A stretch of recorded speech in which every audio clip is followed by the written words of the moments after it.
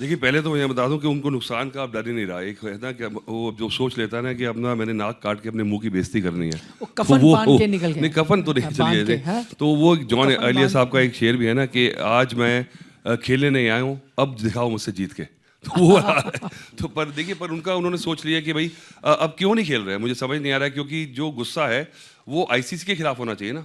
तो इंडिया से ना खेल के आपने क्या दिखाया गुस्सा? आप तो सोच रहे हैं, तो उनके माइंड में ये है कि किसी तरह भी आप डिसरप्ट करें, परेशान करें।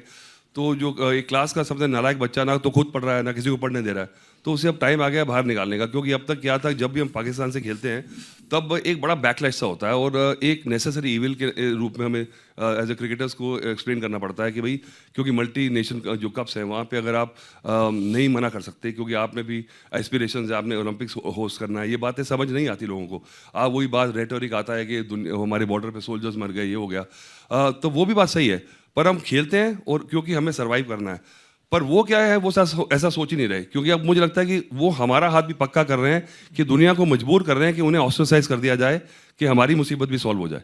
तो I think it's in a way benefiting India कि पाकिस्तान खुद को ही अपने आप को बाहर निकालने में हो चुका। और जो पैसे का नुकसान है, बंदे बंदे के पैसे देने हैं दुनिया में उन्होंने, तो फिर उसके बाद नुकसान का डर ही नहीं है उनको। कह रहे ठीक है जी, एक डेड बॉडी है, उसको एक गोली मार लो, दो और मार लो, कोई फर्क पड़ता नहीं।